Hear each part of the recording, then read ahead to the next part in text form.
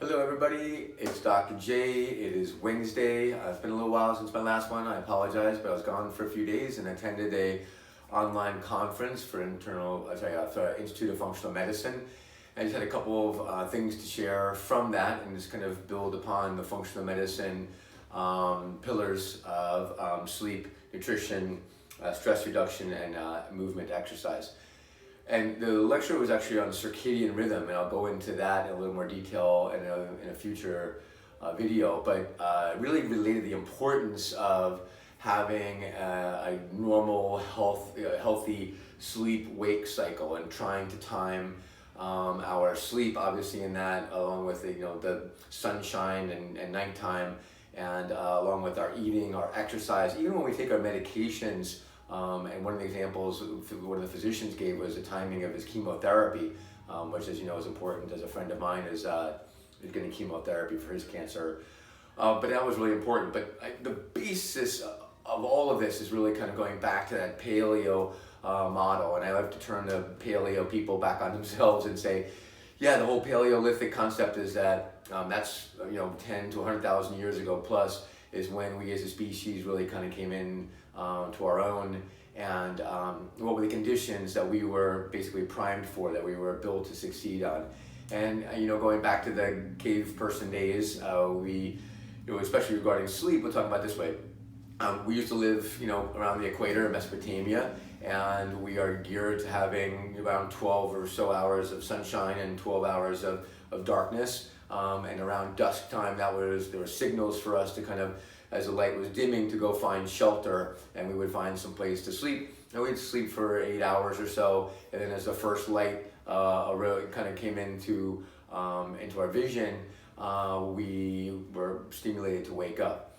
And we know that cortisol is a hormone that kind of spikes in the morning right before we awaken, and really we're starting to wake up even before we are awake, and that happens when blue light especially hits receptors on our skin and then in our eyes and stimulate the cortisol response or secretion from our adrenal glands and really get us primed and ready for awakening. And that's obviously to help us get up and either start running from something or start running after something, our food. But sleep, so let's go back and focus on sleep. So the beauty of sleep is that it actually really not just helps us with our memory and cognition, and it does, but also gives us time where we're not eating and we have some metabolic rest. We're able to kind of heal and repair our body and tissues because we're not beating on them constantly during that 8-hour period. And our brain is super important. They've actually shown functional MRI studies that said when we sleep, our brain actually contracts and expands rhythmically when we're in deep sleep. And what that does, just like a sponge being rinsed out under a water faucet, when you're trying to get the soap out or dirt out of a sponge, you wring it out, or you squeeze it, let it fill up and squeeze it. Well, because the brain doesn't have any lymphatic system draining it, it has a cerebral spinal fluid that bathes it, but it's very stagnant fluid and shake it around a little bit, not suggested. But during sleep, it actually, with that rinsing out method, it actually clears our brain of debris and toxicity. So sleep is so critically important. That's why it's 25%, one of the functional medicine pillars of overall health. We really need to take care of that. So how do we do that? Let's go back to the Paleolithic time. So we had a cave. What are caves? They're dark and they're cool and they're safe. So what does that mean? It means we need to create a safe, protected, cool, dark environment for our sleep. And with dusk and dawn, we also know that when it's time for sleep, we need to kind of start to wind things down, turn down the volume of our own voices, the voices of the people around us. The TV starts to go off. It's when you go from the TV to a book, something more relaxing, meditation. Journaling is a great thing to do to kind of wind us down and get us ready, shut down that monkey brain, and really kind of get used to prepare our brain for sleep.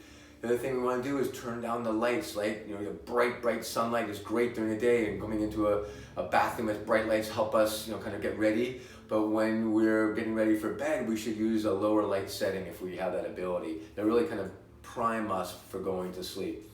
The next thing we talk about lights also is making, kind of getting the TV out of our bedroom, making sure that, I love to read before bed. I turn the light down as low as I can. I put my little readers on so I can see in relative darkness. But all of those things help us wind down. It's great to have a nice warm blanket, but it's great to be in a cool, kind of protected environment where there's a little breeze and we're kind of out there. So we're not sleeping in a hot area because our temperature likes to come down when we're sleeping, so we rest. So being in a cool bedroom also helps with that. And you'll notice sometimes you wake up a little bit early, you're actually kind of warm, and that, again, that temperature spike is part of that circadian rhythm. Our metabolism starts to peak and our body gets ready for that bright sunshine, so that we're up, we're ready to start running. And so I think all those things are great to help us prepare. We want to kind of make sure that we have a comfortable bed, we have a nice comfortable pillow, that we're sleeping in comfortable clothes, again going for cool, dark, safe place, a safe environment. A lot of times, I hate to say it, that means no animals, no dogs or cats. They can be interfering, wake you up, sit on your head, shaking, scratching, whatever, licking themselves, cleaning themselves, whatever they're doing. These are things that we really need to kind of protect ourselves from, so that our environment for sleep is all about sleeping. Anyway, if you have any questions or comments, I'm available by phone, 831-226-2108, or you can email me at drjp@navigatormedical.com. That's drjayp@navigatormedical.com.